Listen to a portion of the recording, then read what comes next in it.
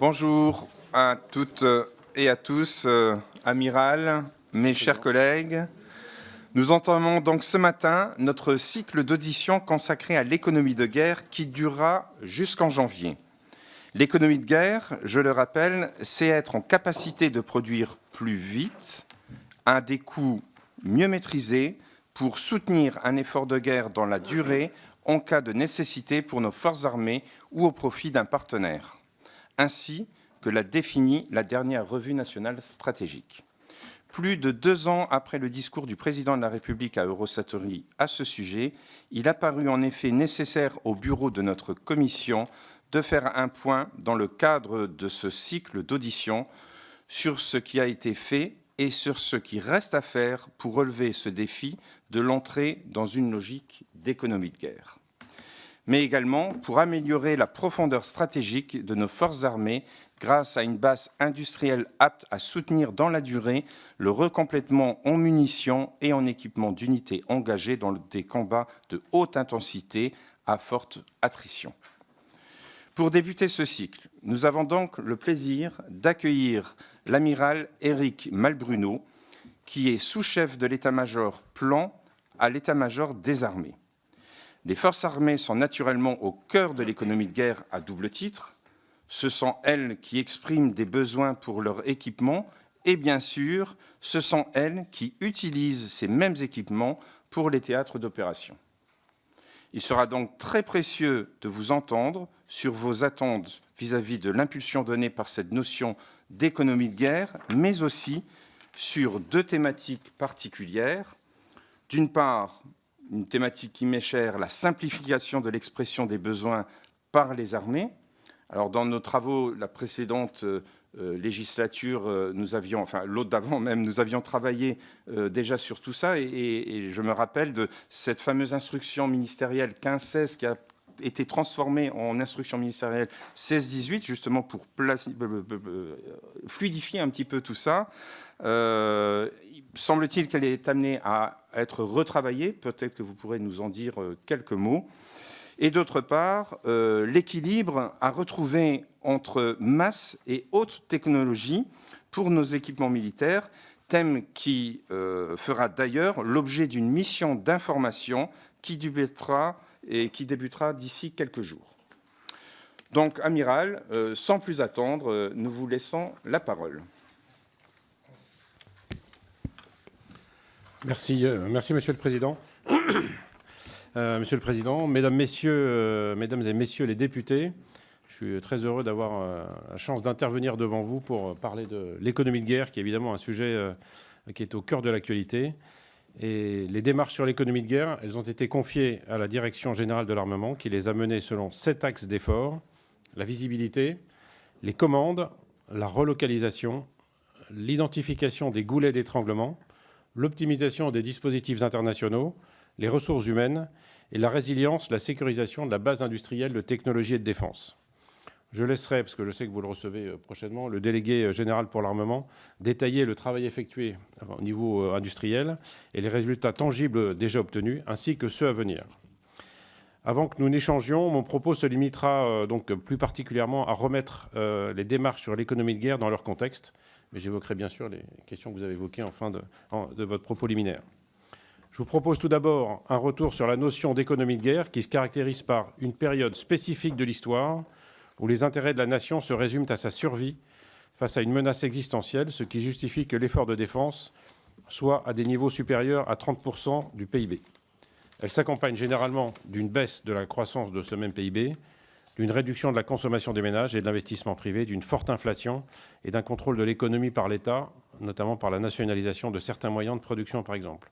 Des ressources financières exceptionnelles sont mobilisées pour financer les dépenses de défense, création monétaire massive, augmentation des impôts, bons de guerre, emprunts de guerre, tel que ce fut le cas durant les 2 guerres mondiales.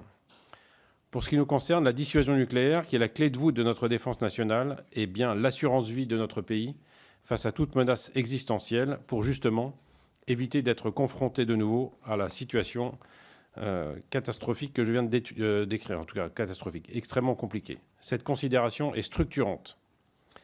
À cet égard, si le conflit en Ukraine rappelle combien le dimensionnement de l'outil de production pour fournir pour fournir les capacités à forte consommation ou attrition constitue un des facteurs clés pour les belligérants dans le cadre d'une guerre de haute intensité, nous devons nous garder de transposer intégralement la situation de l'Ukraine à notre pays. Comme le précise la Revue nationale stratégique de 2022, l'enjeu est que l'industrie française puisse soutenir un effort de guerre dans la durée, en cas de nécessité pour les forces armées ou au profit d'un partenaire. L'objectif de l'économie de guerre n'est donc pas de contraindre l'industrie à produire à une cadence temps de guerre en régime permanent, au risque de surproduire ou de disposer de capacités redondantes sans réalité industrielle, mais bien d'instaurer une capacité industrielle prête à accélérer les cadences et diminuer les délais sur faible préavis. Plus vite, plus fort et au moindre coût, comme l'a résumé le président de la République lors de son discours du 13 juin 2022. Ensuite, l'économie de guerre n'est pas une fin en soi, mais un moyen de répondre aux besoins des armées dans l'hypothèse d'un engagement majeur, qu'il soit mené seul ou en coalition, en tant que nation cadre. Le schéma théorique est que les armées puissent encaisser le premier choc d'un tel engagement avant que les cadences de production de notre industrie puissent compenser les matériels consommés, les munitions en particulier, et l'attrition. Il existe donc un point d'équilibre à identifier entre le format des armées et la capacité, réactivité des chaînes de production, au risque de générer des coûts qui ne seraient pas soutenables. Notre analyse nous oriente par ailleurs vers la primauté et l'atteinte de la cohérence du modèle de notre armée, plutôt que de disposer seulement de l'effet de masse. Ainsi, notre démarche ne peut se résumer à avoir massivement recours aux acquisitions en urgence opérationnelle, comme l'ont fait des armées européennes en raison de leurs engagements successifs en Afghanistan et en Irak. Nous avons connaissance des conséquences néfastes de ce mode d'action et des difficultés que ces armées ont à s'en remettre. L'oubli du temps long, l'oubli de l'investissement dans le temps long se paye cher et durablement. Je tiens à ce titre à rappeler, c'est pour le rappel historique, que nous sommes sortis récemment de plusieurs années de dividendes de la paix et d'opérations qui étaient principalement de la contre-insurrection, durant lesquelles nous étions plutôt sur des conflits choisis qu'imposés. Aussi, les lois de programmation militaire successives ont financé un modèle d'armée qui reposait sur la satisfaction des besoins des opérations en cours et des contrats opérationnels, qui ne prenait pas totalement en compte une forte consommation de munitions ou une attrition potentielle. Ainsi, dans un contexte de montée en puissance de nos compétiteurs, la loi de programmation militaire 2019-2025 a eu pour ambition, dans un premier temps, de réparer ces années de dividendes de la paix et de moderniser les armées afin qu'elles puissent mieux mener leurs opérations et tenir leurs contrats opérationnels. Face à la dégradation accrue du contexte international et face à l'émergence de menaces nouvelles, l'actuelle loi de programmation militaire capitalise sur la précédente et a l'ambition de renforcer les fondamentaux de notre défense qui reposent sur la dissuasion nucléaire, sur des forces de souveraineté et des capacités de projection et d'intervention, seules ou en coalition, sous bref préavis, partout dans le monde. Tout cela en relevant le défi de l'émergence de la conflictualité dans le cyber et dans le spatial, qui recouvre notre capacité à faire face à un engagement majeur et à des affrontements de haute intensité. Et enfin, en tirant parti de ruptures technologiques et de l'innovation dans les domaines de la robotique, des drones, de la technologie quantique et de l'intelligence artificielle. Cette loi de programmation militaire porte ainsi l'effort de défense à hauteur de 2% de la richesse nationale afin de remplir l'ambition fixée selon une trajectoire de ressources budgétaires qui, comme le stipule son article 4, s'entend comme un minimum pour que les armées françaises soient capables de répondre aux enjeux d'une hypothèse d'engagement majeur et donc sortir d'une logique de modèle d'armée construit uniquement sur la base de la satisfaction des contrats opérationnels. À cette fin, les garanties de la loi de la programmation militaire, définies par les articles 4 et 5, seront plus que jamais nécessaires en raison des missions nouvelles venues en plus du plan initial, le soutien massif et dans la durée à l'Ukraine, l'engagement et la guerre navale en mer Rouge, l'évacuation de ressortissants à Haïti, le soutien à la population palestinienne à Gaza, la participation à l'organisation des Jeux olympiques et paralympiques, le soutien au ministère de l'Intérieur en Nouvelle-Calédonie. Mais c'est la vie des opérations. Nous sommes bien conscients que cet effort de la nation pour sa défense, justifié par l'évolution du contexte, nous confère une forte responsabilité. Il confère une forte responsabilité à l'ensemble du ministère, en particulier dans le contexte difficile que nous connaissons pour les finances publiques. Aussi, l'état-major des armées veille très soigneusement à ce que chaque euro dépensé soit bien dépensé. Le premier axe de la stratégie militaire générale, qui est la participation des armées au renforcement de la cohésion nationale, précise à ce titre que si le lien entre les armées et le monde économique en général, et l'industrie en particulier, n'est pas direct, les armées peuvent pleinement contribuer à l'effort national, guidées par une utilisation optimale des moyens mis à disposition.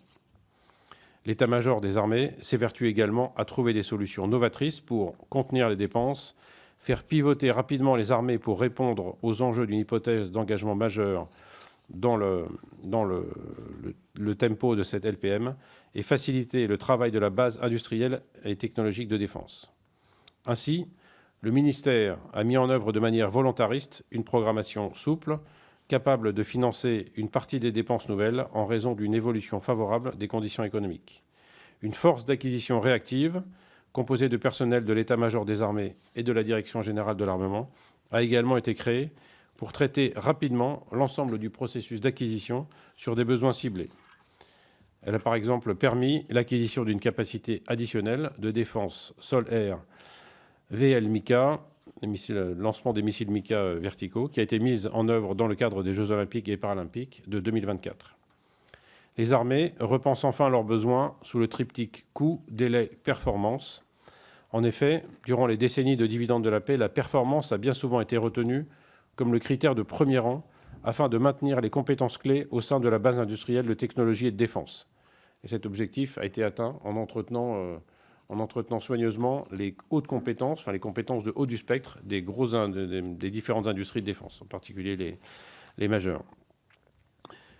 Nous sommes bien conscients aussi de la loi d'Augustine qui prédisait qu'en raison de l'augmentation exponentielle du coût des avions de chasse, le budget de la défense américain ne permettrait plus de financer que l'achat d'un seul appareil en 2054.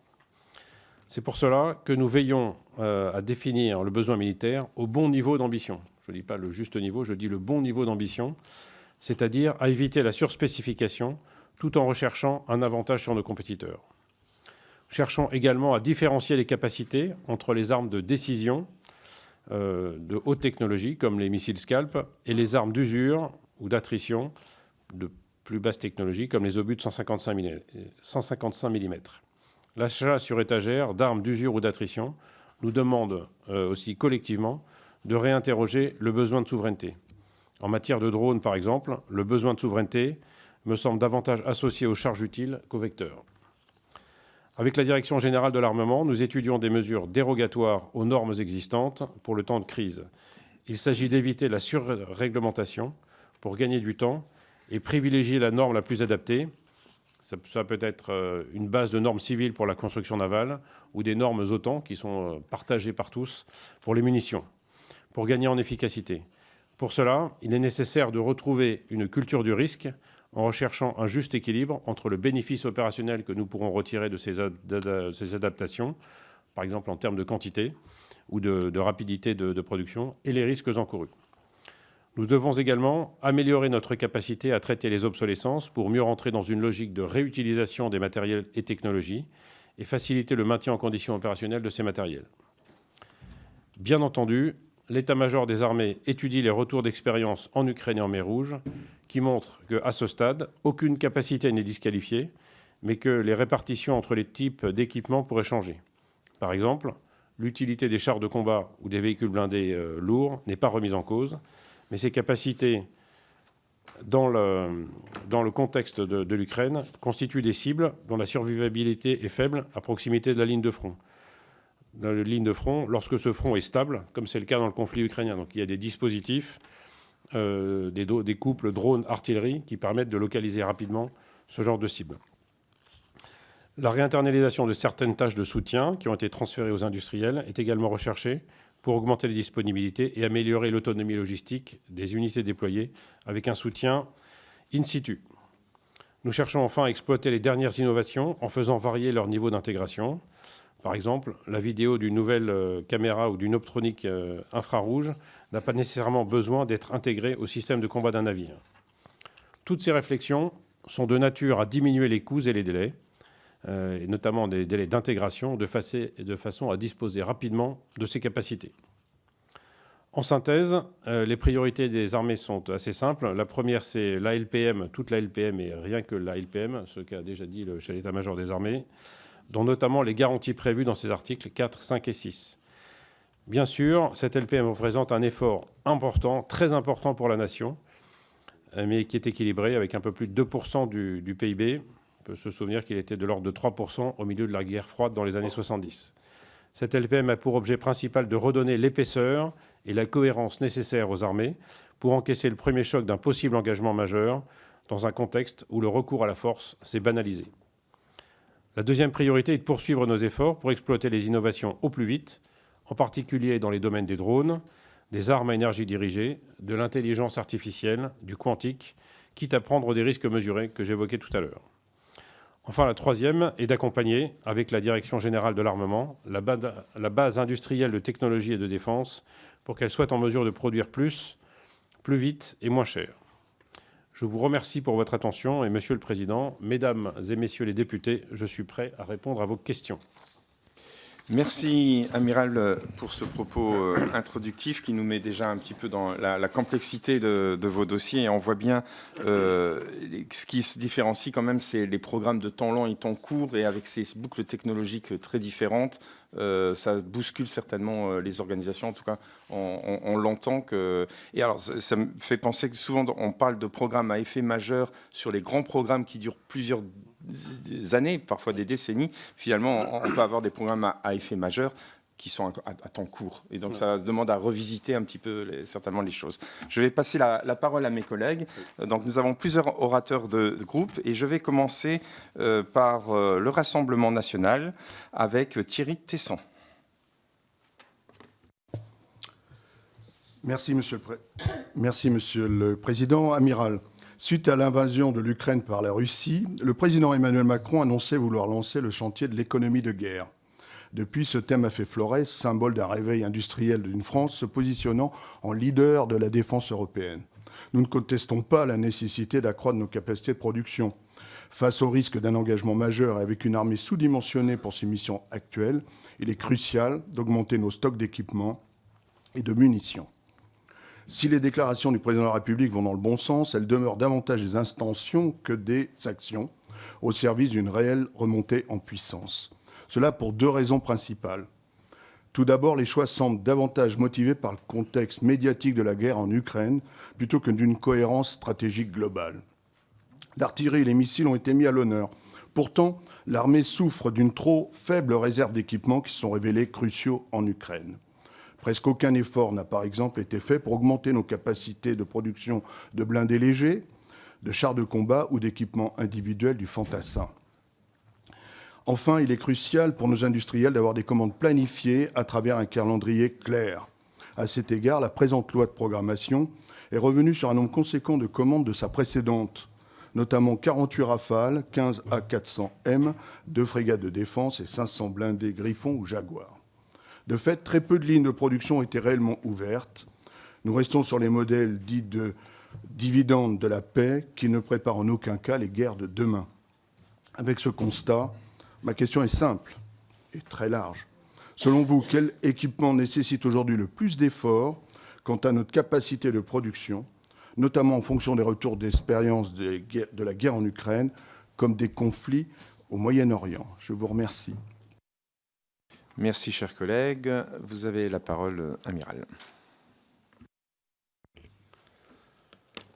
Alors, effectivement, c'est ce que je disais dans mon propos introductif. On porte grand soin à travailler sur le retour d'expérience de la mer Rouge et de l'Ukraine, mais sans en faire des vérités absolues. C'est-à-dire que ça nous donne des indications sur un type de conflit.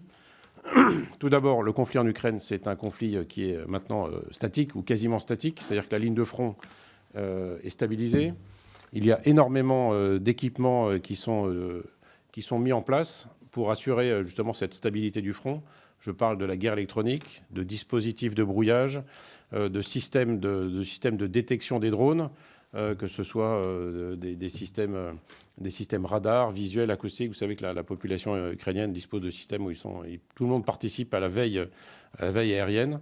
Donc il y a énormément de choses qui sont organisées parce que ce front est statique. Donc on en déduit plein d'enseignements, mais sans oublier les particularités de ce conflit. Pour la mer Rouge, c'est pareil. Ça se passe dans le sud de la mer Rouge. On pourrait dire presque dans une mer fermée, avec un point de passage obligé qui est le détroit de Bab el-Mandeb. Et donc, c'est aussi un conflit particulier. On n'est pas dans l'immensité de l'océan Atlantique Nord, comme dans la guerre sous-marine qui se passe parfois dans ces grands espaces. Donc on est sur un espace restreint, presque une mer fermée, on pourrait dire presque comme la mer Noire en fait. Enfin, on le voit sur la pression qui est exercée sur les flottes, mais qui est complètement maîtrisée, notamment par la marine française. Donc à chaque fois, on en déduit des enseignements, et c'est extrêmement riche, mais sans oublier les particularités de chacun de ces conflits. Vous avez parlé de cohérence globale pour cette ELPM, et notamment évoqué les chars lourds ou la production de blindés légers. Pour les chars lourds, il y a le programme MGCS qui est en cours, et ce n'est pas un programme de temps court, en fait. Donc il y a, dans notre démarche, et ça reprend un peu les propos liminaires du président, on est bien attaché à deux piliers forts pour les armées, dans la préparation de l'avenir, donc dans la définition du modèle d'armée. Il y a le temps court et le temps long. Je reviendrai sur ces deux domaines. Donc il y a d'abord, sur le temps court, il y a adapter l'existant. On ne va pas produire un bateau, on ne fait pas un Liberty Ship en quelques dizaines d'heures comme pendant la guerre, hein, avec des coques rivetées, etc. Sur la définition d'un bâtiment, c'est long. Pareil, la redéfinition d'un char qui va être capable de résister au combat, c'est long. Donc il y a une partie temps court. Qu'est-ce qu'on peut produire rapidement? Comment est-ce qu'on adapte l'existant? Donc il y a plein d'exemples. Les VAB, les VAB Arlad, notamment, équipés de lutte anti-drone. Le Serval, également avec des capacités de lutte anti-drone. Pour la marine, l'installation d'équipements optroniques, l'équipement des frégates, des FREMM ASM avec des conduites de tir électromagnétiques, et puis des adaptations qui sont faites également sur l'aviation de chasse. Donc ça, on est dans le temps court. Comment on réutilise et comment on adapte l'existant pour avoir des capacités qui soient le plus adaptées aux enseignements du conflit directement. Tout cela, il ne faut pas oublier le temps long. Donc le temps long, là, on est vraiment dans l'instruction aussi, dans les instructions pour les opérations d'armement, où là, on fait des capacités dont certaines arriveront en service. Le porte-avions nouvelle génération est prévu d'arriver en service en 2038. Il servira jusqu'en 2080. Le Rafale sera là jusqu'en 2060 à peu près, ce qu'on peut estimer. Donc on est vraiment sur des capacités du temps long. Donc il faut trouver bien cet équilibre. J'évoquais dans mon propos préliminaire certaines armées européennes qui ont privilégié les urgences opérationnelles basées sur leurs enseignements immédiats des conflits en Afghanistan ou en Irak notamment, et qui ont privilégié cela en délaissant les investissements du temps long, ou en laissant tomber des capacités qui sont extrêmement longues à reconquérir. Donc là, je me parle du point de vue des armées. Et donc, ce temps long, ce pilier du temps long, il est fondamental. Et on a deux constantes différentes. Sur le temps court, on pourra y revenir après, bien sûr. Sur le temps court, on va privilégier le calendrier, la délivrance, quitte à avoir des performances moindres. Alors, c'est pas très français, des performances moindres. Ça demande un effort important. Des performances moindres et en tout cas un coût bien sûr moindre pour avoir des quantités plus importantes. Dans le temps long, on va privilégier plutôt la performance, bien sûr la tenue du calendrier, et c'est là où ce que je vous disais dans mon propos introductif, on s'attache à trouver le bon niveau d'ambition, le bon niveau de besoin pour ne pas rechercher forcément un coin de domaine, mais avoir quelque chose dont on va pouvoir tenir le calendrier et que les capacités, que les forces, dont les forces vont disposer ensuite assez rapidement. Donc ces deux piliers, en fait, c'est notre quotidien. Donc les efforts sur les capacités de production. Alors là, je laisserai le DG s'exprimer plus là-dessus, mais en fait, il y a aussi un débat pour les industriels sur est-ce qu'on peut créer une nouvelle ligne de production en garantissant par exemple, 10 années de production. Je ne sais pas en combien de temps une ligne de production peut être rentabilisée. Donc ça, je ne suis pas exactement dans ma ligne d'eau, mais c'est juste pour éclairer qu'en fait, ce n'est pas si simple. Ça, je laisserai le DG élaborer sur ça. Donc on peut augmenter les cadences de production. C'est ce qui est fait sur un certain nombre de choses. Hein. Vous savez que KNDS Nexter a augmenté les cadences de production du César. MBDA a augmenté les cadences de production du Mistral. On a simplifié la production des Aster en regardant qu'est-ce qu'on pouvait accélérer. Donc il y a des capacités d'accélération. Et après, il y a un débat sur, et ça c'est porté par la DGA, comment est-ce qu'on peut laisser, est-ce qu'on peut faire une nouvelle chaîne de production? Est-ce qu'elle sera rentable dans le temps long? Ou est-ce que ce sera un investissement? En fait, il ne faudrait pas non plus dévaster une région avec ou en générant de faux espoirs sur la création d'une chaîne qui n'aura pas de pérennité, parce qu'en fait, il n'aura pas de marché, ou en tout cas, on ne pourra pas la soutenir, ou elle ne pourra pas être garantie par des commandes suffisantes de l'État. Merci, Amiral, pour cette première question. Nous avons un certain nombre de questions à suivre, donc je suis obligé je vois que vous êtes, voilà, vous nourrissez le débat et je vous en remercie. Je vais passer à présent la parole à Sylvain Maillard pour le groupe Ensemble pour la République.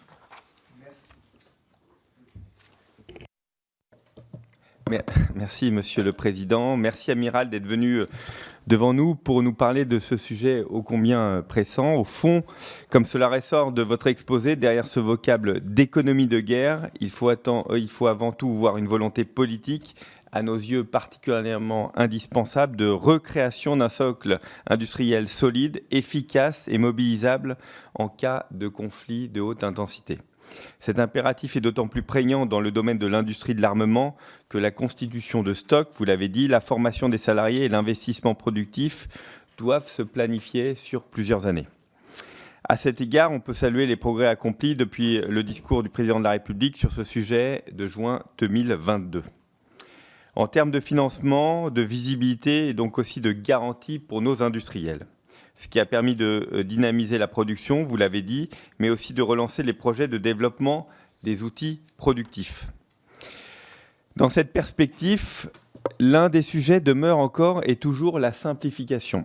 Simplification des procédures, des délais, des cahiers des charges.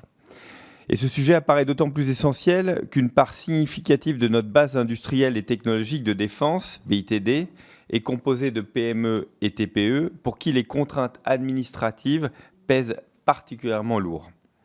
Un choc de simplification avait été demandé au service du ministère au printemps dernier. Où en est-on? Est-ce qu'au fond, je vous provoque un peu, en matière de redynamisation de notre BITD, le mieux ici n'est pas l'ennemi du bien?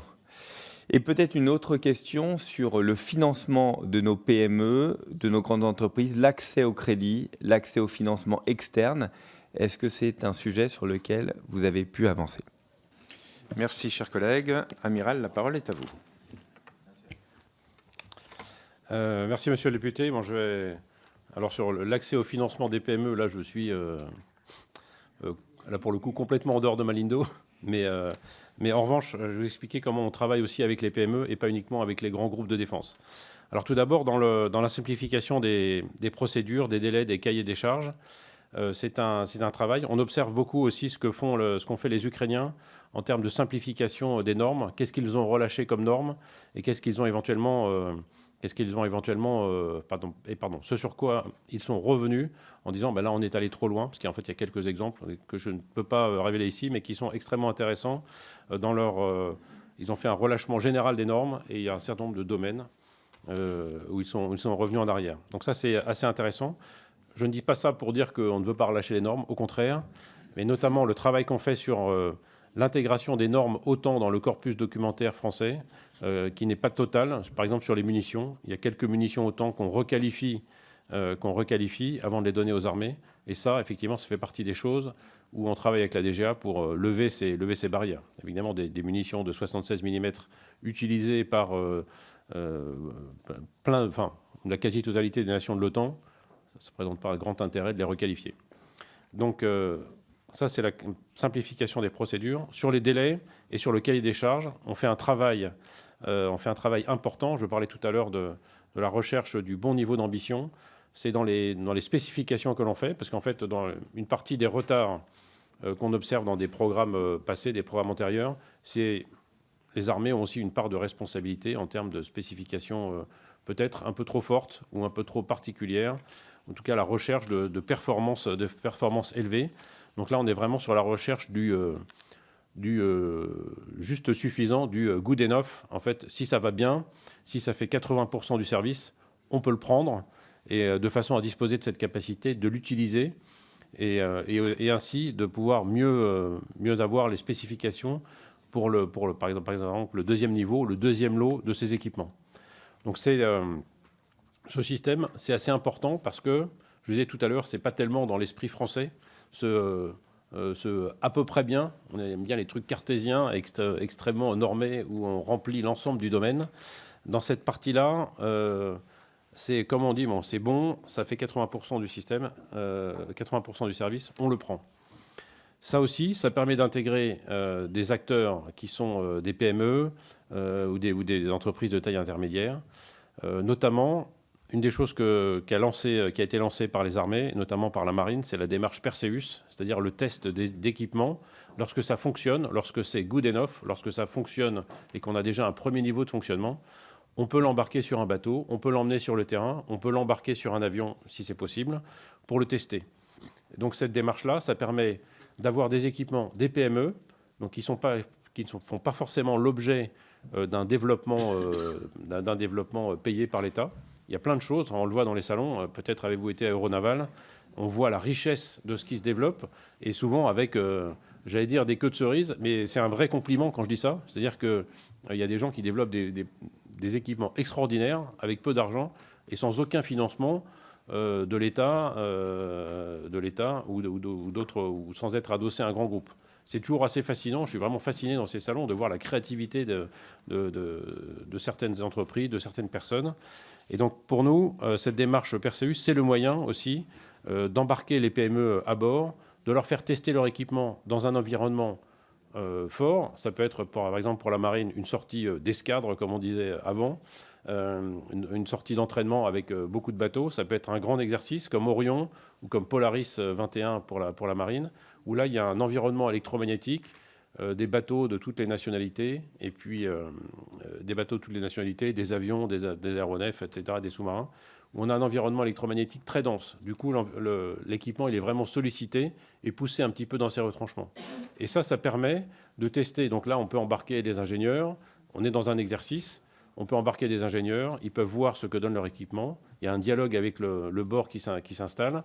Et donc ça permet de faire progresser les équipements. Donc ça permet de lever une partie des contraintes administratives et donc de contourner un petit peu la partie financement que vous évoquez. Et en fait, si ces équipements sont bons, on peut les embarquer, y compris en opération, pour les tester et pour voir si ça marche encore mieux, enfin dans un contexte complètement opérationnel. Mais en tout cas, tous ces exercices, ça permet aussi d'intégrer les PME, les TPE, d'intégrer leur personnel dans les champs de manœuvre de l'armée de terre, sur un bateau ou sur une base aérienne, pour voir comment ça fonctionne, en les faisant progresser. Donc sur la partie financement, nous, on n'a pas forcément d'argent directement, mais ce qu'on fait avec eux, c'est qu'on partage les données. Les données, c'est notre bitcoin, c'est-à-dire que c'est la monnaie immatérielle. Et en fait, en partageant ces données, on les fait progresser énormément, puisque bien sûr, ces données, en fait, elles sont blanchies directement. L'exercice, on sait où il se déroule. On n'a pas besoin de blanchir ces données. On ne donnerait pas des enregistrements pris en Méditerranée orientale, au-dessus de la Syrie, évidemment, parce que là, on ne sait pas quels sont les modes des radars. En revanche, en exercice, on est complètement confiant et on peut donner ces données. Et ça, c'est d'une richesse incroyable, parce que ça permet de faire progresser leur système, de faire une repasse ensuite sur les données. Est-ce qu'il y a des choses qu'on n'a pas vues? Est-ce qu'on peut améliorer? On parlait d'intelligence artificielle tout à l'heure. Est-ce qu'on peut améliorer le traitement de ces données? Est-ce qu'on peut déduire de nouvelles choses à froid? Et est-ce qu'on peut ensuite en faire, avec ces algorithmes, des choses qui sont du coup du temps réel, donc augmenter la performance de ces équipements? Donc j'allais dire, en fait, je ne peux pas répondre directement à votre question sur le financement des TPE, mais en tout cas, on les aide très directement, toutes les armées, à travers cette démarche Perseus qui permet de tester les équipements et en partageant les données.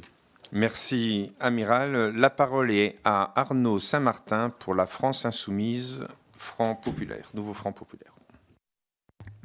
Merci, Monsieur le Président. Amiral, en 2022, ça a été dit, face au conflit ukrainien, le président de la République a déclaré que nous serions entrés dans une économie de guerre, c'est-à-dire une espèce de mantra. Nous sommes pourtant bien loin d'une économie de guerre, à strictement parler, et pour plusieurs raisons. Tout d'abord, nous ne sommes pas en guerre, techniquement. Ensuite, une économie de guerre nécessiterait une mobilisation massive, vous l'avez rappelé, de la population, des dépenses militaires qui pourraient atteindre 5 à 10% du PIB, mais ça, c'est des évaluations à la louche, et une industrie de défense rigoureusement administrée. Alors, on en est quand même relativement loin. Cela étant dit, j'aimerais vous interroger sur les difficultés actuelles que rencontrent nos industries de défense, et j'ai 3 questions. Tout d'abord, alors que la France est le deuxième exportateur d'armes à l'échelle mondiale, notre armée pâtit de manque de capacité à l'image de la moitié de la flotte des Caïmans, faute de pièces de rechange et d'une production de munitions trop faible en cas de conflit de haute intensité. Selon vous, ne serait-il pas plus pertinent de prioriser nos besoins nationaux au lieu de répondre aux commandes étrangères? C'est une question d'équilibre. Quelles sont les actions réalisées afin de favoriser la relocalisation de nos entreprises de défense? Ensuite, puisque 30% des entreprises d'armement seraient concernées par des problèmes d'approvisionnement en 2024, il y avait un dossier récemment dans Le Monde, qu'en est-il de leur diversification et de leur sécurisation? L'autonomie stratégique en la matière n'est-elle qu'un vœu pieux? Par ailleurs, les difficultés d'élévation des cadences sont aussi liées aux problèmes de recrutement. De nombreuses entreprises sont concernées à l'image de Centralp ou Fort Digital FMDL. En dehors de la campagne d'accompagnement des dirigeants ou des ressources humaines, avez-vous connaissance de réflexions quant à l'attractivité des carrières et des RH sur le temps long, puisque c'était un point important pour vous, et des conditions de travail de ces métiers qui sont en tension? Enfin, dernière question, sur le plan strictement financier, comment protéger nos entreprises de l'investissement potentiel de fonds vautours et éventuellement de spéculateurs susceptibles de compromettre notre souveraineté dans un secteur si critique? Est-il d'ailleurs bien raisonnable de privilégier la coopération européenne et de partager nos compétences techniques avec des partenaires à l'attitude parfois douteuse afin de réduire les coûts de nos équipements du futur? Merci, cher collègue. Amiral, la parole est à vous. Alors, merci, monsieur le député. Alors, effectivement, pour le manque de, vous évoquez un manque de capacité en citant notamment les Caïmans et les munitions. J'ai évoqué un petit point historique en fait dans mon propos liminaire, qui était en fait les années de contraction budgétaire ou les quelques décennies de dividendes de la paix. Donc en fait, il y a eu un sous-investissement pendant 30 ans à peu près, un sous-investissement. Et ce sous-investissement, il a été réparé en partie par la première LPM, mais on est encore, enfin vous le savez, bien sûr, vous êtes dans la vraie vie, c'est ce sous-investissement, il ne se répare pas en 5 années. Donc je ne dis pas que cette seconde LPM est une nouvelle loi de réparation, mais elle poursuit bien l'effort de consolidation. Donc ça, ce sont aussi des efforts de temps long, et on ne peut pas faire une marche, bien sûr, géante. C'est déjà un effort considérable pour la nation. Donc nous devons, qui nous oblige, mais bien sûr, ces capacités, elles se reconstruisent petit à petit. Pour les munitions, vous avez vu augmenter les cadences, de production des obus de 155, des missiles. Sur les munitions complexes, on ne peut pas augmenter énormément les cadences. Et par ailleurs, il y a aussi, dans ces munitions, il y a aussi le poids de l'histoire, c'est-à-dire qu'il y a quelques architectures de production qui sont liées aussi à ces décennies de dividendes de la paix, où la production est partagée entre plusieurs pays. Et donc, parfois, le circuit n'est pas optimal par rapport à une chaîne, c'est-à-dire qu'on n'est pas dans le modèle de l'industrie automobile, avec l'usine de production et l'ensemble des sous-traitants autour. Dans les missiles, il y a parfois des bouts de missiles qui font plusieurs étapes dans différentes chaînes, et donc qui complexifient la construction. Mais ça c'est le poids de l'histoire, en fait, et on ne peut pas refaire la chaîne, entièrement. Donc on a parlé aussi vous avez évoqué, donc ça c'est pour les besoins, pour les manques de capacité, et puis comment on reconstruit. Nos besoins nationaux aussi, ils font l'objet d'un équilibre extrêmement soigneux entre nos propres besoins et l'aide qui est donnée à l'Ukraine. C'est une vigilance qui fait l'objet de toute l'attention de l'état-major des armées. Enfin, vous avez évoqué la relocalisation de nos entreprises de défense. Il y a une partie poudre avec une usine de Orinco qui est en train d'être lancée près de Bordeaux, il me semble. Et donc il y a toute cette pour la France, on a cette culture, vous le savez, de la souveraineté à travers la dissuasion notamment. La dissuasion nous oblige à produire de façon absolument sûre et complètement avec une sécurité maximale. C'est-à-dire qu'on doit maîtriser l'ensemble des composants. Il ne peut pas y avoir de boîte noire dans les équipements qui servent à la dissuasion. Donc on a bien cette notion de souveraineté et de production française entière, complète. Ça n'empêche pas qu'il y ait des programmes en coopération. Mais dans cette production française, la dissuasion notamment nous fait avoir cet esprit où on cherche à avoir cette production française maîtrisée entièrement. Pour ce qui concerne les entreprises de défense et leur capacité de production, vous avez parlé des difficultés d'approvisionnement. Effectivement, il y a un travail qui est fait par la DGA, mais là, je laisserai le délégué général pour le moment en reparler, sur ce qu'on appelle en français le sourcing, c'est-à-dire où est-ce qu'on peut trouver les équipements, des composants, des cartes électroniques. Est-ce qu'on rapatrie la production en France? Bien sûr, l'Ukraine a provoqué non pas un recroquevillement, mais en tout cas une étude très forte sur les chaînes d'approvisionnement. On est descendu à des niveaux qu'on ne maîtrisait, je ne dirais pas dont on n'avait même pas connaissance, mais des niveaux 7e ou 8e niveau parfois dans la capacité d'approvisionnement, en mettant à jour parfois, on parlait des PME tout à l'heure, en mettant à jour des PME qui dépendent beaucoup des commandes militaires, c'est leur seule activité, donc il y a tout cet accompagnement qui est fait par la DGA, mais ça je laisserai faire. Et donc, ou au contraire, des PME où l'entreprise, la partie défense est marginale, et donc voir comment est-ce qu'on peut garantir, malgré le fait que ce soit marginal, comment on peut garantir cet approvisionnement. Vous avez parlé enfin de recrutement. Pour le recrutement, en fait, le plan de fidélisation qui a été lancé par le ministre porte ses fruits. Il y a plusieurs dispositions, notamment dans la LPM. Le fait de pouvoir rester au-delà de la limite d'âge est quelque chose qui a été extrêmement bien utilisé et qui fonctionne, qui permet de garder les cadres, les sous-officiers, les officiers mariniers et les officiers, parce qu'évidemment, vous le soulignez vous-même, vous le rappeliez vous-même, on est bien dans le temps long. Et donc, en fait, on ne peut pas recruter un commandant de porte-avions, je prêche pour ma parole, ou un commandant de régiment, comme on peut recruter de l'extérieur le président d'une grande boîte industrielle, par exemple, pour ses capacités managériales ou autres. Il y a c'est une formation par étape, une formation incrémentale, pour reprendre les termes des programmes. Et donc, il faut absolument garder nos officiers mariniers, nos sous-officiers, et puis les officiers qui ont cette partie technique. Donc, il y a la fidélisation. Donc, les mesures de la loi de programmation militaire nous y aident. L'attractivité des carrières militaires, les efforts qui sont faits sur les grilles indiciaires également sont des efforts forts. La nouvelle politique de rémunération pour les militaires également.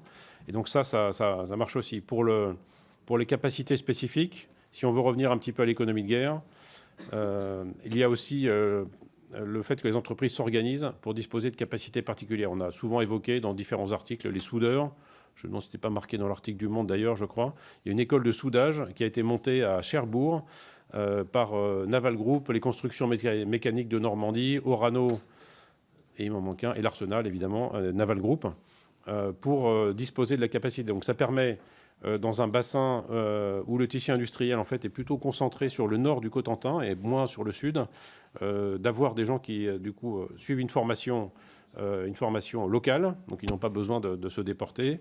Ils sont formés, employés ensuite dans les entreprises locales. Et en plus, ça permet de générer ce flux de compétences extrêmement rares, parce qu'un soudeur, il va pouvoir souder des pièces simples, mais une soudeur de tôle épaisse, par exemple, pour des bateaux, ça, ce sont plusieurs années de formation et de compagnonnage. Et donc, il y a aussi une organisation des entreprises qui font qu'elles arrivent à générer à la fois les compétences en prenant en compte le tissu local. Voilà, je sors un peu de Malindo, mais comme ça concerne aussi la construction des sous-marins, je trouve que cet exemple est assez intéressant de voir comment les entreprises ont su dépasser leur cadre personnel pour créer cette chose. Donc, voilà, écoute. Merci, Amiral. Ouais. Voilà, cet exemple concret, je trouve, est assez emblématique et vraiment, vraiment intéressant. Et vous êtes totalement dans le cadre de l'économie de guerre, parce qu'effectivement, cette logique d'économie de guerre, le RH est important aussi. Je vais passer la parole à Marie Récalde pour le groupe socialiste et apparenté. Merci Monsieur le Président Amiral. J'ai grand plaisir à vous retrouver avec le souvenir d'un séjour avec la Commission de la Défense en 2016 sur le porte-avions que vous commandiez à l'époque. Et donc, c'est avec plaisir de vous retrouver. Alors, beaucoup de choses ont d'ores et déjà été dites et des questions posées, mais la pédagogie et la répétition étant la base de la pédagogie, nous allons revenir sur un certain nombre de points et vous ne serez pas surpris. On a déjà dit que le conflit ukrainien a permis à notre pays et au-delà de notre pays de faire revenir l'industrie de la défense en économie de guerre, mais le passage à une économie de guerre, et vous nous l'avez dit, Amiral, s'avère difficile. Et le pays, aujourd'hui, notre pays est confronté à des réalités industrielles qu'on a trop longtemps ignorées et on y est. Et les différentes dimensions d'une économie de guerre, aujourd'hui, ne sont pas réunies en France, pas plus qu'en Europe, je le crois. mais j'aimerais vous entendre là-dessus. Il n'existe pas de mobilisation massive de la population, ça a été dit par mon excellent collègue à l'instant. La taille des armées et l'ampleur des opérations n'ont pas amené un niveau de dépenses supérieur à 5% du PIB, ce qui fait de la défense un acteur marginal, je n'ai pas peur de le dire, de l'économie. Et enfin, il n'existe pas d'industrie mobilisable de taille suffisante au service des armées. Irait-on jusqu'à parler, comme le fait Renaud Bellé, chercheur à la Fondation de la recherche stratégique, d'une industrie bonsaï pendant d'une armée échantillonnaire? Peut-être n'irons-nous pas jusque-là, mais la question mérite d'être posée. Donc nous avons besoin de retrouver une profondeur industrielle pour être en capacité de soutenir un effort de guerre dans la durée, vous l'avez dit aussi. Plusieurs questions. Cela peut-il impliquer de réévaluer nos besoins en termes de puissance du matériel, d'adapter nos marchés publics et privés aussi, pourquoi pas, et de chercher en priorité du matériel made in France ou made in Europe, et vous voyez à quoi je fais allusion. Quel regard portez-vous, Amiral, sur une politique de commande publique européenne et sur une défense de l'Europe? Je n'ose parler d'Europe de la défense. Merci. Pardon. Et j'avais une dernière question, mais vous y avez répondu en grande partie, mais qui concerne nos sous-traitants et comment consolider le marché des sous-traitants. Merci, chers collègues. Vous avez la parole, Amiral. Merci, merci Madame la députée. Effectivement, lorsqu'on dit que l'industrie n'est pas mobilisable au profit des armées, en fait, je pense qu'il y a eu un réel effort de la part de l'industrie pour produire. Le ministre a fait quelques arrêtés, non pas de réquisition, mais en tout cas de demander aux entreprises de disposer de stocks stratégiques. Parce qu'en fait, une partie de l'économie de guerre, pour nous, les armées, c'est la capacité à accélérer. En fait, on doit pouvoir, nous, notre travail, ça va être d'encaisser le premier choc, et ensuite, pendant que derrière, l'économie de guerre, mais là, pour le coup, au sens propre, se met en route pour augmenter les capacités. Donc effectivement, tout le débat, c'est d'avoir cette capacité d'accélération et qu'elle soit bien dimensionnée. Vous l'avez dit, ça a été dit, on n'est pas en guerre strictement, mais il faut trouver les bons points de réglage aussi. C'est-à-dire qu'en fait, ce serait aussi, non pas jeter de l'argent public par les fenêtres, mais j'avais évoqué la création d'une autre chaîne de production. Est-ce que cette chaîne a une réalité industrielle? Je sors un peu de Malindo, mais est-ce que cette chaîne a une réalité industrielle? Ça, c'est une vraie question. Et les industries elles-mêmes ne peuvent pas investir comme ça à fond perdu sur des capacités, je veux dire, excédentaires. Donc en fait, ce qui est compliqué, c'est de trouver ce point de réglage entre capacité d'accélération et capacité de production. C'est-à-dire que comment est-ce qu'on règle ça? La BITD, ce sont des milliers d'emplois directs et indirects, mais derrière, comment on construit ça? Comment est-ce que les entreprises ont les stocks suffisants? C'est-à-dire que ce dont s'assure la DGA, et nous on regarde avec nos besoins aussi, quel est le talent de production minimal qui permet d'accélérer. Si on produit 10 missiles Aster par an, on ne va pas pouvoir en produire 100 l'année d'après. Ça, c'est sûr que non. Donc derrière, quel est le premier niveau de production qui permet d'accélérer, mais qui a aussi une réalité économique, même si ce n'est pas exactement mon sujet. Donc vous avez cité une industrie bonsaï. Je pense que le deuxième exportateur d'armes au monde, enfin je ne sais pas comment qualifier ça, mais en tout cas industrie bonsaï, je ne sais pas quelle est la taille du bonsaï, mais c'est plutôt un baobab qu'un bonsaï, quoi. Donc si vous me le permettez, Madame la députée, quoi. Et pour une armée échantillonnaire, alors je récuse évidemment ce terme, parce qu'effectivement, on dispose d'un modèle d'armée complet. L'armée française est une référence, à la fois en termes d'entraînement, de valeur opérationnelle. C'est une armée qui compte en Europe et au sein de l'OTAN.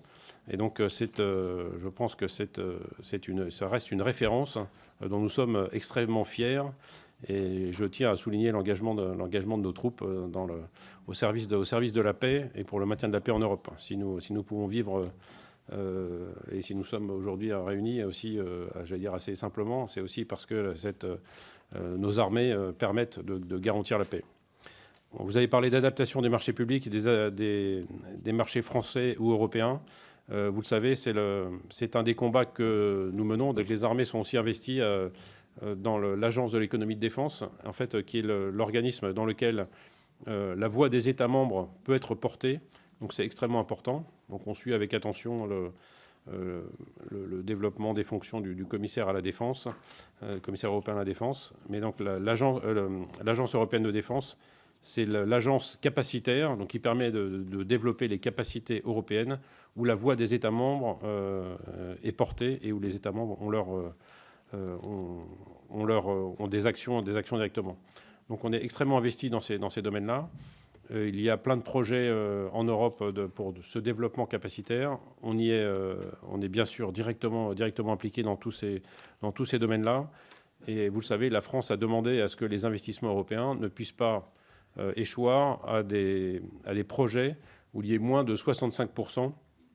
Je crois que c'est la négociation finale, où il y a moins de 65% de conception européenne, de façon à éviter que même sur des productions sous licence, on puisse produire du matériel développé à l'étranger, en dehors de l'Union européenne, en Europe, en bénéficiant des fonds européens. Donc je pense que le fait de privilégier la BITD européenne, au-delà de la BITD française, je pense qu'en tout cas, le travail est en route. Vous le savez, ce n'est pas un travail immédiat, mais je pense que c'est assez vertueux. Et la France, vous le savez, s'est beaucoup battue pour garder ce seuil significatif de conception européenne pour bénéficier de fonds européens. Merci, Amiral. La parole est à Damien Girard pour le groupe écologiste et social. Merci, Monsieur le Président. Amiral. Depuis le discours d'Euro-Satori du président de la République, la France s'adapte au durcissement du contexte international. On en a beaucoup parlé ce matin. La mise en place du concept d'économie de guerre vise à garantir les capacités suffisantes pour défendre nos intérêts. En effet, l'excellence technologique n'est pas suffisante en deçà d'une certaine masse critique pour assurer la supériorité opérationnelle. Produire plus vite et avec davantage de flexibilité est un objectif que nous partageons. Il s'adapte cependant de façon variable à nos différents équipements. Ainsi, nos navires de surface ne peuvent être remplacés rapidement en cas de perte ou de besoin soudain.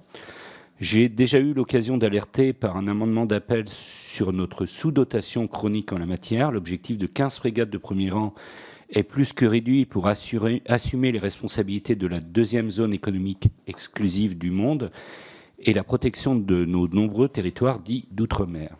À titre comparatif, l'Italie vise un objectif de 16 frégates de premier rang, alors que sa zone d'intérêt maritime est bien plus réduite. Ma question est donc la suivante. Estimez-vous notre marine suffisamment dotée en navires de surface, notamment de premier rang, pour assurer correctement l'ensemble de ses missions ? Un engagement naval de haute intensité est-il envisageable à moyen constant de l'actuelle loi de programmation militaire ? Je vous remercie. Merci, chers collègues. La parole est à vous, Amiral.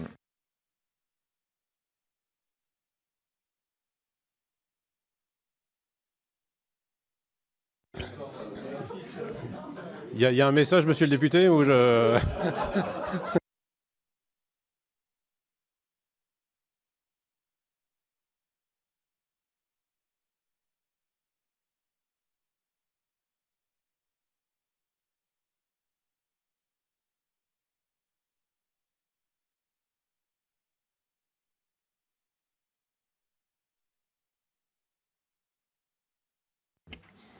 Oui, monsieur le député. Merci pour votre question. Donc, le nombre de frégates de premier rang de la marine, c'est aussi l'objet d'une mutualisation entre les besoins pour assurer la fonction dissuasion, la fonction protection sauvegarde et la fonction intervention. Donc, effectivement, c'est mutualisé. La protection, vous avez évoqué les zones économiques exclusives et l'outre-mer. Effectivement, après une réduction temporaire de capacité assez sensible, notamment avec la fin de vie des patrouilleurs de 400 tonnes, je reviendrai après sur les frégates, parce que vous avez évoqué l'outre-mer. On reçoit maintenant les patrouilleurs d'outre-mer, qui sont des bateaux avec de grandes capacités et qui permettent de combler cela. Il y a aussi les bateaux de soutien et d'assistance outre-mer, qui se couplent aux frégates de surveillance. Et vous le savez, dans la LPM, il y a à terme la commande de la première corvette hauturière qui est destinée à remplacer les frégates de surveillance. Donc on a sur l'outre-mer le dispositif, ayant voie en voie de reconsolidation après ces années où effectivement c'est aussi le poids de l'histoire après des décennies de dividendes de la paix. Quand je dis ça, je ne cherche pas à faire un pleurer, mais c'est bien pour expliquer. Je pense que l'histoire permet d'expliquer aussi. L'histoire passée permet d'expliquer où on en est et pourquoi les choix qui ont été faits. Évidemment, a posteriori, c'est toujours discutable, mais bon, ils ont été faits, on les assume. Donc le retour des pommes, les bâtiments de soutien et d'assistance outre-mer, les frégates de surveillance qui remplissent excellemment leur mission. Et puis l'arrivée des corvettes hauturières à l'horizon de la fin de cette LPM, enfin de la première corvette hauturière, ça permettra de participer à la surveillance de cette zone économique exclusive. Par ailleurs,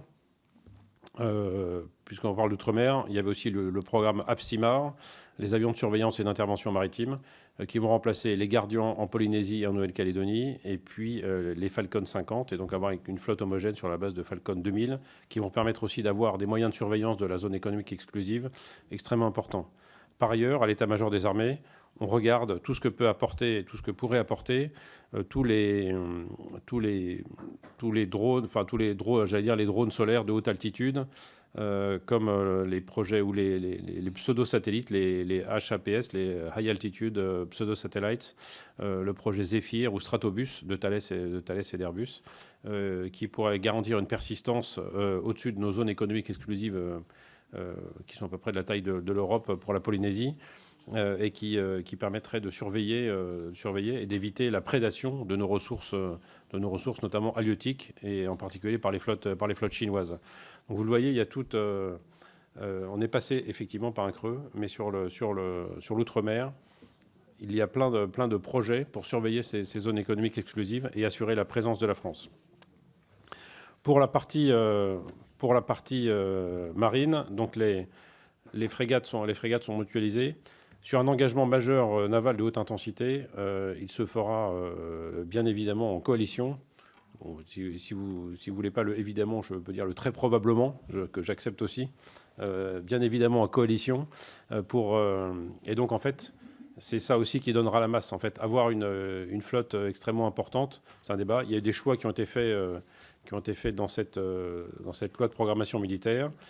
Et puis il y a le remplacement, ça ne vous a pas échappé, des frégates légères furtives par les frégates de défense et d'intervention. La première, l'amiral Renard, qui est en essai.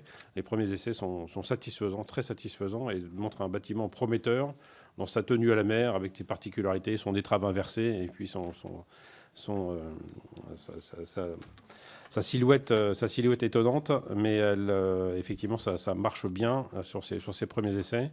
Et donc là, on aura des bateaux par rapport aux frégates légères furtives, des bateaux équipés d'Aster, avec des radars, les derniers radars de Thales, les radars Seafire, et donc un ensemble remarquable pour avoir 15 frégates de premier rang extrêmement homogènes, pour les missions à la fois de la dissuasion, la protection du groupe aéronaval ou la protection d'un groupe amphibie.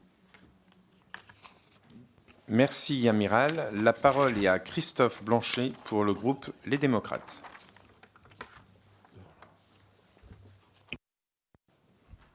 Merci, Président. Merci, Amiral.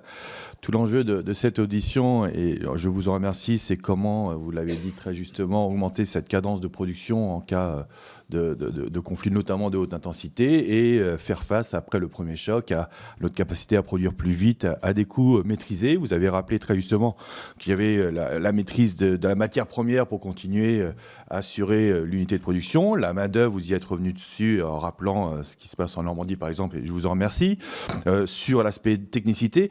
Mais il y a une chose sur laquelle vous n'êtes pas revenu, c'est sur l'énergie. Pour produire, il faut de l'énergie. Et si on ne maîtrise pas notre énergie, on ne peut pas produire, tout simplement.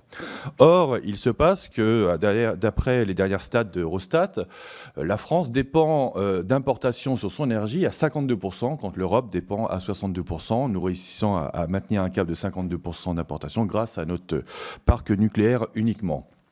Pour autant, on a à côté de nous deux puissances qui ne dépendent plus de leur énergie, qui n'ont juste à exporter leur énergie. Je parle de la Russie de Poutine et des États-Unis de Donald Trump aujourd'hui, qui sont complètement indépendantes et qui n'ont plus besoin d'apporter quoi que ce soit et qui peuvent exporter. Et ma question va aller autour de cela, parce que qui maîtrise l'énergie maîtrise le conflit au final. Et c'est l'histoire des guerres le montre très clairement. Le président Trump, dans son 5e point du programme, dit très clairement qu'il veut faire des États-Unis la première puissance mondiale sur l'énergie, de toute énergie confondue. Et à cela, il dit qu'il taxera Framatome à hauteur de 20%, ne permettant plus à Framatome, l'outil nucléaire national, de pouvoir se développer. Et il voit se développer des centrales nucléaires un peu partout dans le monde, diminuant notre capacité de développement aussi. Ma question sera donc très claire, amiral. Comment augmenter sa cadence de production s'il n'y a plus assez d'énergie, si on ne maîtrise pas notre énergie? Comment est-ce que la future guerre de demain n'est pas celle de l'énergie, celle qui nous menace le plus? Et comment s'arme-t-on contre elle? Je vous remercie. Merci, cher collègue. Amiral. Merci, monsieur le député. Alors, effectivement, je pense que la défense de l'énergie, ça passe par aussi la maîtrise. Alors déjà la maîtrise de nos outre-mer, où il y a des richesses importantes, à la fois en termes de matières premières, mais aussi en termes d'énergie. Donc ça, c'est ce que font c'est la mission des armées. Et par ailleurs, la sécurisation. Mais alors là, est-ce qu'on pourrait tout réinternaliser en France et être complètement indépendant? Ça, il y a une partie politique sur le nucléaire que je laisse à la politique. Mais sur la partie, il y a aussi la sécurisation de nos voies d'approvisionnement. Et ça, effectivement, les armées y participent directement, notamment la marine, par la sécurisation, par la mission Aspides en mer Rouge, qui est faite par la marine et aussi par l'armée de l'air depuis Djibouti, pour sécuriser le passage des bateaux en mer Rouge à travers le détroit de Bab el-Mandeb. Donc je pense que la sécurisation de nos voies d'approvisionnement, avec les garanties apportées par les armées françaises, est importante et participe à ce que vous recherchez. C'est-à-dire qu'en France, on n'a pas l'étendue géographique des États-Unis, ni la richesse. Vous savez, pour ça, c'est une inégalité, mais subie. Donc derrière, on subit cet état de fait. Donc comment est-ce qu'on... il n'y a pas de solution directe et on ne pourrait pas être complètement... Enfin, de mes connaissances de géologie, non pas de mes années d'études, mais de mes vieux souvenirs, on ne pourrait pas être indépendant complètement de toute façon. Donc le nucléaire est une partie de la réponse, l'énergie nucléaire. Et ensuite, c'est la sécurisation des voies d'approvisionnement qui est notamment apportée par la marine et par les armées en sécurisant aussi l'Europe. Donc je pense que c'est la réponse. Ma réponse est peut-être imparfaite, mais voilà la contribution des armées à la partie énergétique. Donc je dirais sécurisation des outre-mer où il y a énormément de richesses, et puis la partie sécurisation des voies d'approvisionnement maritimes qui sont fondamentales sur notre approvisionnement. Vous le savez, par le Pas-de-Calais, c'est 30% du trafic mondial. Et puis par la mer Rouge, c'est 10% du trafic mondial. Mais aussi, en tout cas, c'était juste avant la guerre en Ukraine, 90% des ordinateurs qui arrivent en Europe, quoi. Merci, amiral. La parole est à Bernard Schex pour le groupe UDR. Merci, Monsieur le Président. Chers collègues, au nom du groupe UDR, je tiens d'abord à vous remercier, amiral, pour votre présence parmi nous ce matin. Dans un contexte de tensions géopolitiques inédites depuis la guerre froide, de nombreux pays sont effectivement entrés en économie de guerre. Avec plus de 7% de son PIB dédié à la défense et la réorganisation totale de son commerce extérieur, cette configuration permet à la Russie d'avancer encore dans le Donbass, rendant plus difficiles les négociations de paix à venir. Contrairement à la Russie, à l'Ukraine ou à Israël, la France n'a pas vocation à atteindre ce niveau d'économie de guerre. Cependant, au groupe UDR, nous sommes convaincus que seule la réaffirmation de la France comme grande puissance militaire nous permettra de peser dans le nouvel ordre international qui s'annonce. Aussi, les efforts considérables portés par nos fleurons industriels afin d'accélérer la cadence de production sont admirables. Dans ce contexte, il est indispensable d'alléger le cahier des charges et les procédures qui pèsent sur eux. Il conviendra aussi d'assurer les investissements nécessaires pour nos petites et moyennes entreprises du secteur, aujourd'hui sous-financées et qui, faisant partie de la chaîne de production, doivent aussi maintenir cette nouvelle cadence. Bien qu'essentiel, l'enjeu pour nos armées ne réside pas uniquement dans l'acquisition de nos équipements. De par leur nature duale, à la fois civile et militaire, les ETI et PME contribuent à l'émergence de nouvelles technologies essentielles à la conduite de la guerre, comme l'intelligence artificielle ou les technologies quantiques. Amiral, ma question est la suivante. En m'excusant d'être répétitif, comme vous le savez, cela est le privilège des derniers intervenants. Quelles solutions sont envisagées pour faciliter l'accès à des investissements privés pour les PME et ETI du secteur de la défense qui contribuent à notre excellence technologique et permettront demain de gagner la guerre avant la guerre, comme le disait notre chef d'état-major des armées? Je vous remercie. Merci, cher collègue amiral.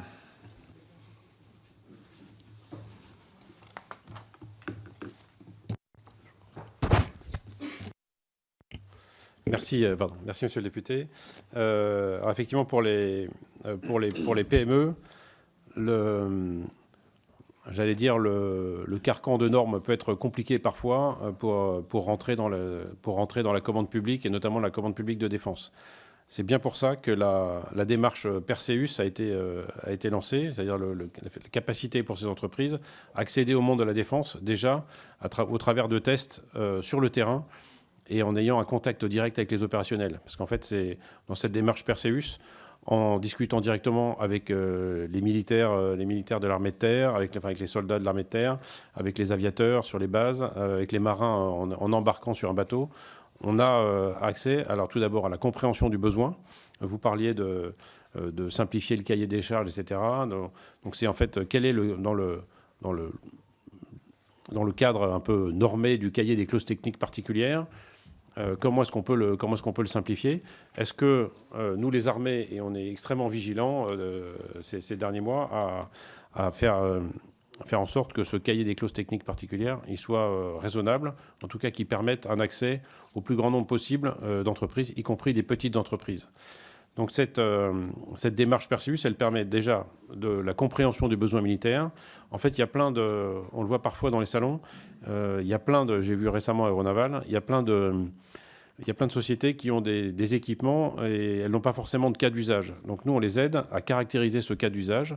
Comment est-ce que vous pourriez faire quelque chose qui soit intéressant pour la défense et ensuite rentrer dans le processus à la fois de l'innovation par l'Agence de l'innovation de défense ou dans la démarche donc ensuite, qui permet ensuite le passage à l'échelle, ou la démarche Perseus qui permet ensuite de le tester ou d'embarquer le matériel. Récemment, la marine a testé dans le drone Athlon des capacités de brouillage qui ont été testées ensuite dans une séquence qui s'appelle Wildfire, donc sur une séquence de tir contre tout un tas de drones, de cibles, etc., pour évaluer les différentes solutions qui sont proposées. Et il y a un bateau de la marine qui est parti avec ce système en opération et qui a connu des succès avec ça. Donc derrière, vous le voyez, en fait, il y a des possibilités pour les entreprises.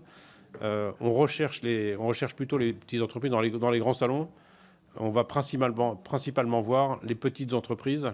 Effectivement, les grands acteurs majeurs de la défense, on peut les voir, on les voit et on peut les voir régulièrement.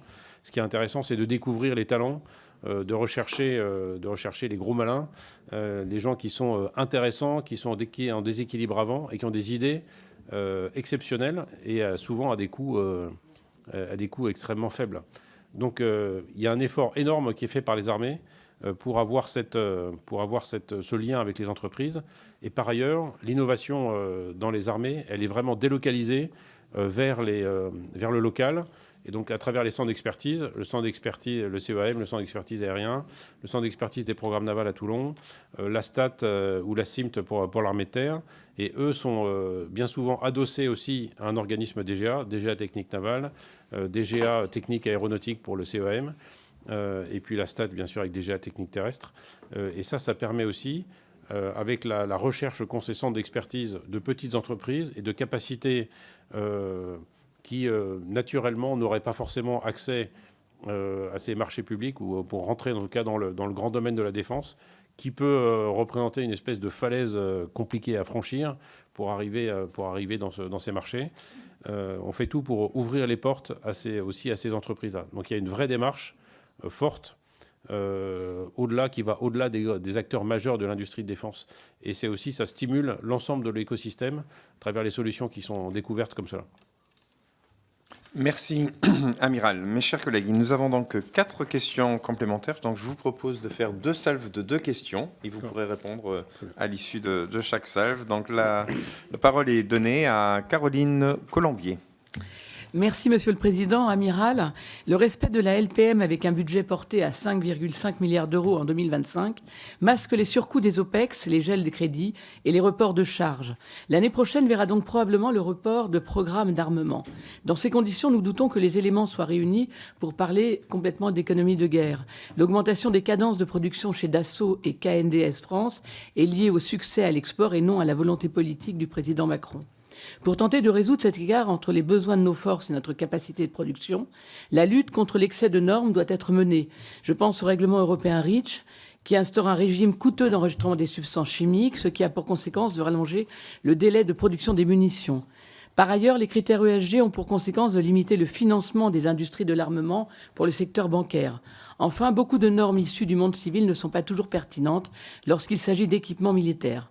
En ce sens, Amiral, quelle est votre perception de l'impact de l'inflation normative sur vos travaux de planification? Je vous remercie. Merci. La parole est à Frédéric Boccaletti. Merci, Monsieur le Président.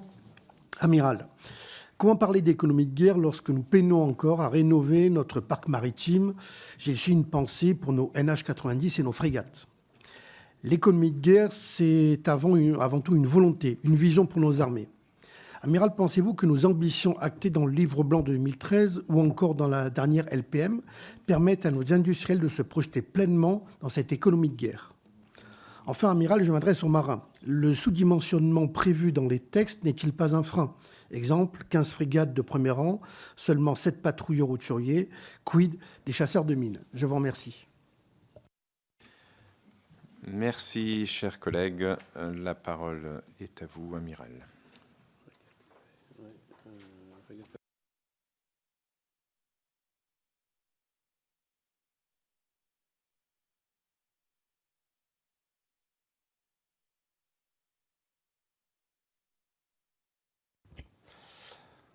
Alors, je vais tout d'abord répondre à la partie sur les normes. Donc, effectivement, la norme REACH a été extrêmement pénalisante. Alors, il y a bien évidemment des bénéfices sur l'environnement, mais pour la partie économie de guerre, en fait, économie de la guerre ou des munitions, effectivement, ça a été extrêmement compliqué pour reconquérir et retrouver le niveau de performance avec des substances différentes. Et donc ça a été fait, ça a pris presque une dizaine d'années pour retrouver des niveaux de performance en portée et en létalité pour un certain nombre de munitions. Donc effectivement, cette inflation normative, elle est complexe. On veille, c'est-à-dire qu'on est extrêmement actif sur la définition de ces normes et on surveille l'évolution des textes. La Commission européenne avait failli voter la loi REACH 2, qui finalement ça n'a pas été fait. Ça n'a pas été fait. On est resté à la norme REACH et on fait attention. Et par ailleurs, sur cette partie sur l'intégration des normes civiles, il y a une partie intéressante aussi, c'est-à-dire que ça permet aussi d'avoir une autre approche par rapport aux normes militaires. Et ce à quoi on s'attache actuellement, c'est en fait il y a un corpus de normes militaires de la DGA ou de Naval Group, et avec des normes civiles du Bureau Veritas ou de la Lloyd, etc. Et on regarde un peu, est-ce que l'addition de ces normes n'est pas pénalisante, par exemple, pour la construction des bateaux.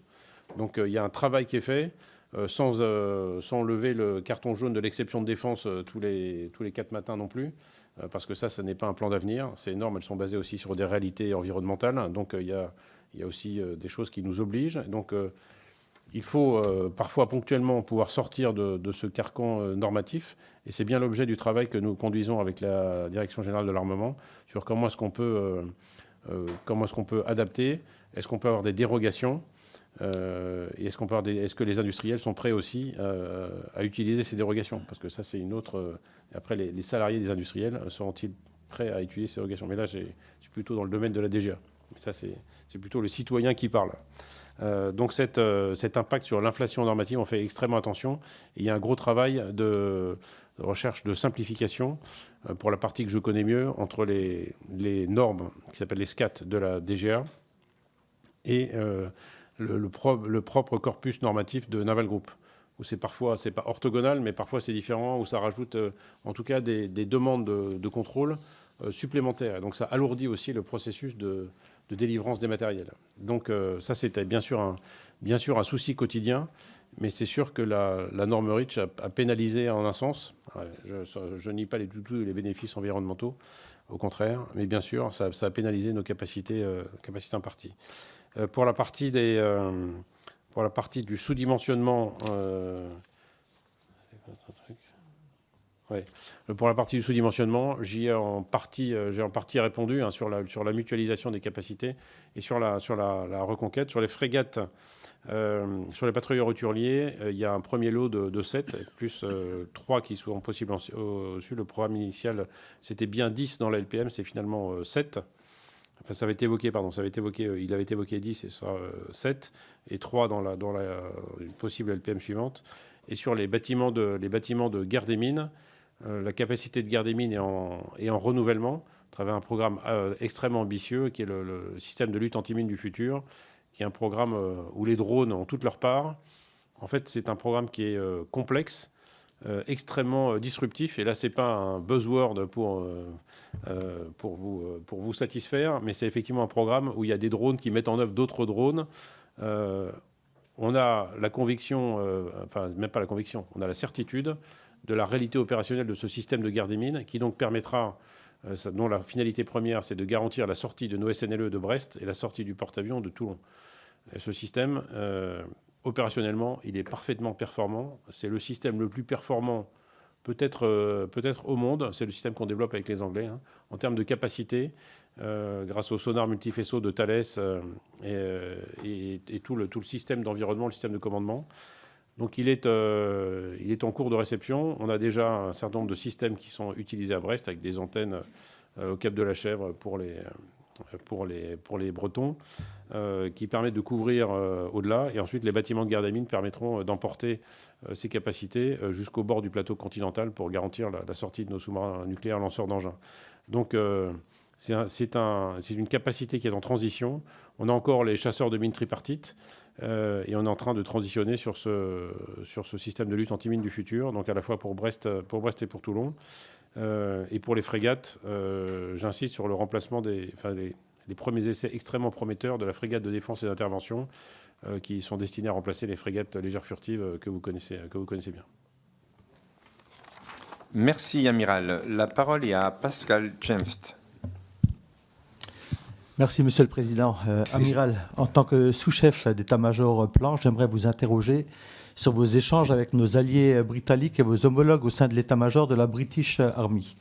Le Royaume-Uni est le seul pays européen à avoir, comme la France, un modèle d'armée complet.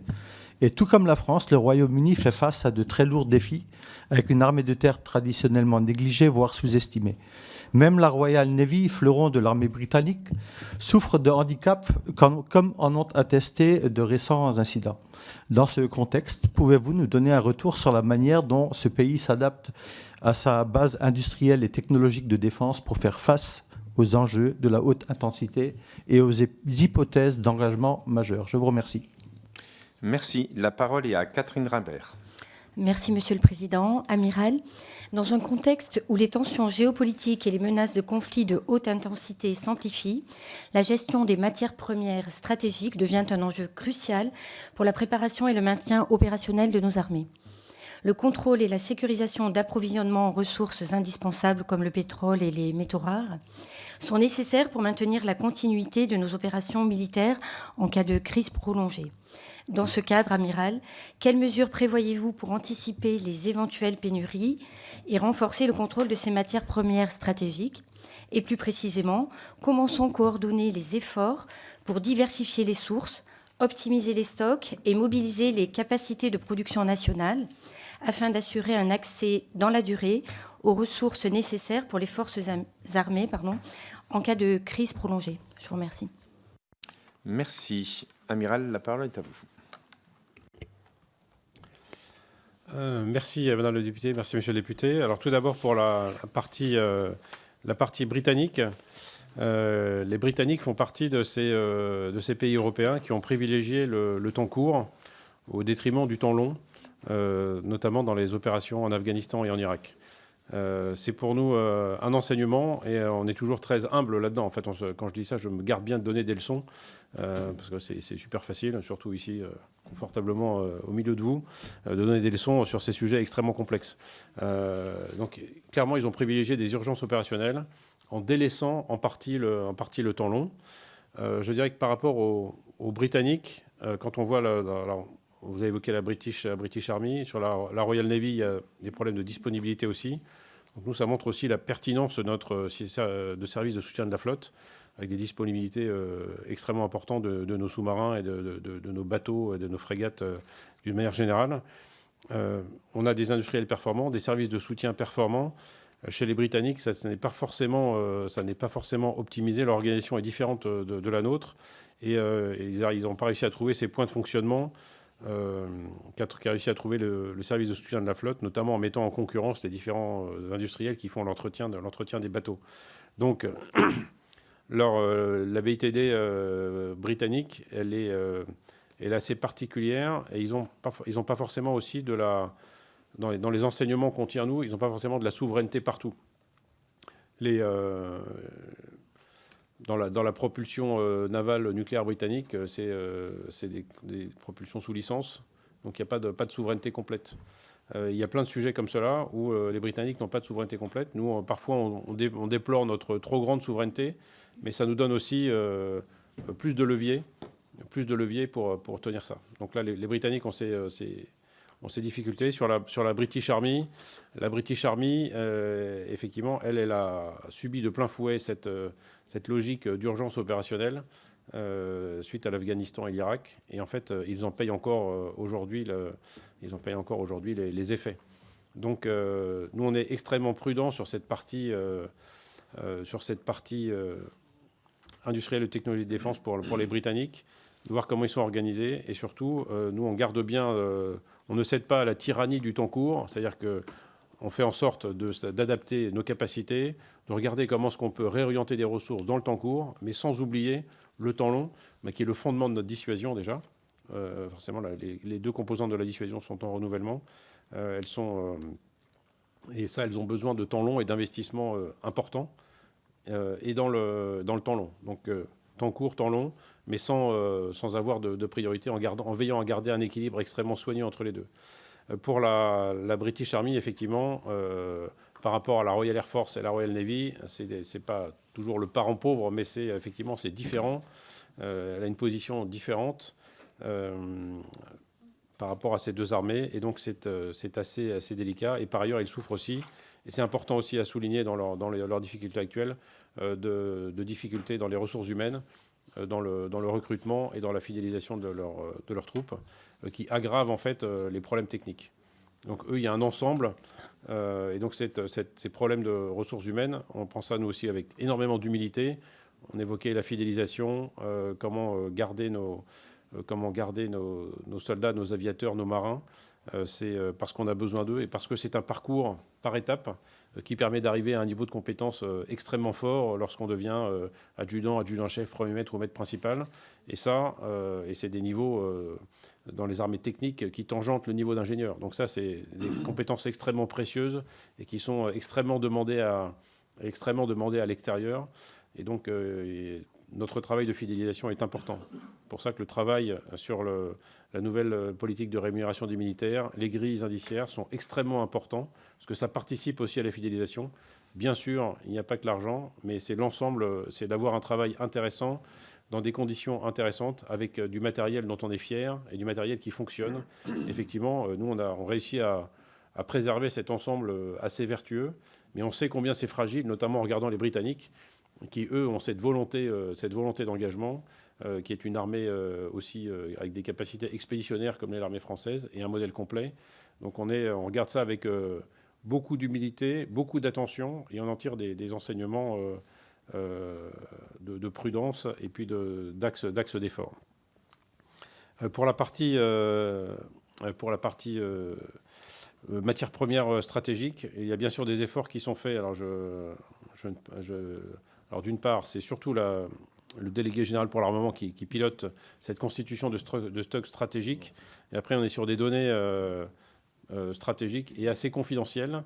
Donc, mais ce que je peux vous dire, c'est qu'il y a effectivement un effort énorme qui est fait pour à la fois récupérer des matières premières, des composants, pour être capable justement de tenir dans la durée si on devait être plus isolé qu'on ne l'est maintenant, où il y a quand même un certain nombre de circuits qui restent ouverts et qui permettent d'avoir ces matières premières, y compris des terres rares, des métaux rares, etc.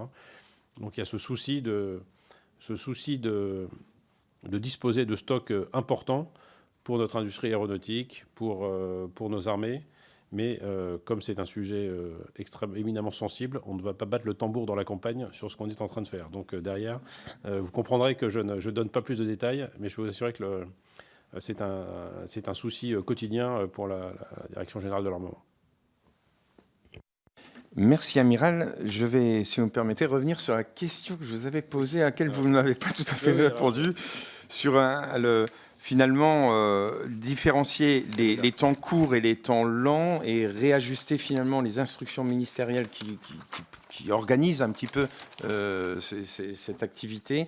Alors ça a été repris par le ministre Sébastien Lecornu fin octobre dernier sur la réorganisation interne de la DGA et de ses procédures. Et dans ces procédures, il y a les instructions ministérielles qui en découlent. Donc, est-ce que vous pouvez nous éclairer un petit peu sur ces nouveaux changements ? Alors effectivement, c'est pas que je voulais pas répondre, c'est juste qu'on a embrayé directement sur les questions des orateurs. Mais donc, alors, dans la simplification et l'expression des besoins, effectivement, le passage de l'instruction dite 15-16 à l'instruction 16-18 a déjà permis une simplification et offre des possibilités d'accélération des processus. C'est-à-dire en définissant le stade de préparation, le stade de définition, le stade de préparation, et puis ensuite le stade d'utilisation, en donnant la possibilité de limiter le nombre de jalons pour gagner du temps, non pas enfin c'est pour aller plus vite, mais pour gagner du temps dans le calendrier de délivrance au profit des forces. Pour la partie expression du besoin, il y a un document unique d'expression du besoin qui permet aussi d'avoir quelque chose où les armées donnent cette première expression de besoin, qui est ensuite discutée avec la DGA, et ensuite qui permet d'avoir, dès le début, en fait, des précisions sur le besoin des armées. Le travail qui est fait actuellement, c'est extrêmement important, c'est comment éviter une surspécification en privilégiant, alors pour le temps court, plutôt le calendrier et bien sûr les coûts de toute façon, au détriment éventuel de la performance. C'est-à-dire qu'on est prêt à accepter, on met des clauses où on est prêt à accepter des performances un peu moindres si le calendrier est respecté. Donc le fait de disposer, quand on dit on veut être prêt dans cette LPM à la perspective d'un engagement majeur, il faut qu'on dispose de capacités. Donc en ayant déjà enrichi, amélioré nos capacités actuelles, parce qu'évidemment on ne peut pas avoir une frégate en une semaine. Et ensuite également, toujours dans le temps long, privilégier la performance avec le bon niveau d'ambition. Donc ce qu'on essaye absolument d'éviter, c'est d'être dans un coin de domaine ou d'être aux limites de la science dans la traduction du besoin militaire que nous faisons. Donc là, c'est un travail avec la DGA et aussi les industriels pour dire est-ce que ce truc est réaliste. Donc en fait, la 16-18, elle offre déjà un cadre extrêmement favorable, je trouve, pour le tempo des opérations d'armement. Pour le temps court, c'est un peu moins adapté, mais c'est pour ça qu'il y a eu la force d'acquisition réactive et une capacité dite aussi fast track, donc capacité d'acquisition rapide, avec la DGA et l'état-major des armées, où on achète sur étagère. Il y a un programme de drone qui est en cours, qui est un drone moyen de 50 à 100 kg qui est en cours sur ce sujet-là. Donc d'achat sur étagère, d'évaluation directement par les forces avec la DGA pour ensuite en fait, avoir des choses qui soient même imparfaites, mais dont on puisse disposer, et ensuite de façon à pouvoir faire évoluer éventuellement nos spécifications. C'est-à-dire que si on construit un programme ensuite un peu plus fort, même si sur les drones, peut-être que l'achat sur étagère est peut-être la norme, parce que vu le dynamisme du secteur, peut-être qu'il ne faut pas non plus se contraindre pendant 15 ans avec un système qu'on va faire évoluer, j'allais dire péniblement, mais on est plutôt dans un renouvellement, plutôt dans un déséquilibre avant. Donc, simplification dans l'expression des besoins, c'est notre quotidien. La chasse aux spécifications trop fortes ou indues, donc on prévoit plusieurs niveaux de spécification. La logique du bon niveau d'ambition, donc pas le juste niveau, mais le bon niveau d'ambition, l'adjectif est important. Et puis également la partie calendrier et la partie fast track. Vous aviez évoqué aussi l'équilibre entre la masse et la haute technologie. Ça rejoint le point en fait sur la simplification. Et en fait, les armes de décision, les armes d'attrition ou les armes d'usure, en fait, c'est un équilibre qu'on recherche aussi. Est-ce qu'on peut simplifier justement dans les normes aussi? Est-ce qu'on peut simplifier dans les munitions quelques normes qui permettent d'augmenter la cadence de production par la simplification des processus ou des tests, tout en gardant une partie haute technologie? On voit bien qu'il faut on le voit bien dans ce qui se passe actuellement entre Israël et l'Iran. Il y a des deux, ou dans l'Ukraine et la Russie. Il y a des drones à bas coût, et il y a aussi des missiles de haute technologie qui sont tirés de part et d'autre. Donc il y a bien cet équilibre. Il y a ce qui se passe sur le front. On est plutôt sur les armes d'usure. Et puis après, il y a ce qui se passe dans la profondeur du champ de bataille, où là, on est plus sur de la haute technologie. Donc il faut cet équilibre. Et nous, on s'évertue à trouver le bon équilibre, et surtout en maîtrisant les coûts et en utilisant le mieux possible les ressources considérables que la nation nous donne et qui nous obligent. Merci, Amiral, pour ces éclairages entre masse et haute technologie, qui sera aussi l'intitulé d'une mission d'information que va porter notre commission. Merci pour vos réponses nourries et généreuses qui nous ont éclairés. Merci, mes chers collègues, pour votre présence et vos questions. Nous nous retrouvons à 11h pour la suite de nos auditions.